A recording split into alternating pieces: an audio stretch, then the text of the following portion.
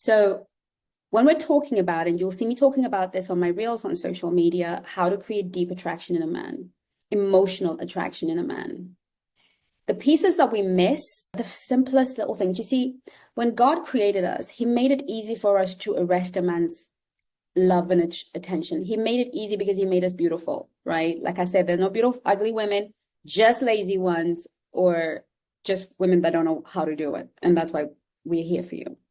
And he also made us with a certain nature to be agreeable, to be sweet, to be loving, to be able to, we're born with this inner deep femininity that just meets a man's needs. But after a while, we meet Roger, who is a time waster. We meet Paul, who just broke our heart, and all these things.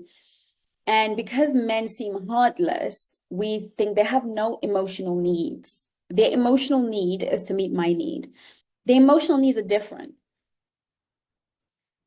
Or they're the same, but they take a different level of priority. So one of the things, especially, and I find this to be particularly true with modern men, the men that we're asking to go to therapy, the men we're asking to do more work, the men we're asking more of than with any woman has ever asked of men in the past. All men were required to do in the past was get a job, pay the bills, and shut up. And they would have a wife that would cook, clean, and do all these things, and everybody knew their role.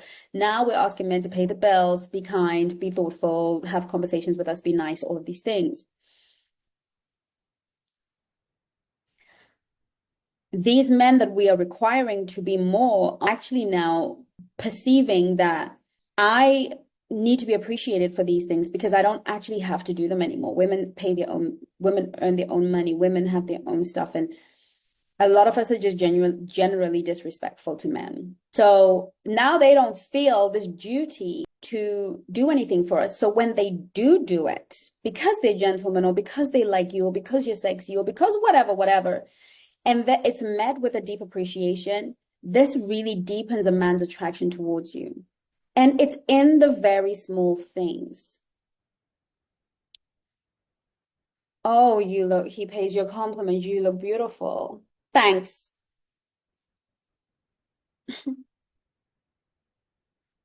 Versus, oh, thank you. Just make me blush. Stop it. I really appreciate you saying that. When a man opens doors for you, thank you. When he does all of these things, thank you. And then a random text at a random time of day, out of the blue, he's hard at work, and he gets a text message that says, I really appreciate how you take care of me. Thank you. Let me tell you something. Men have wept receiving such text messages. He will adore you.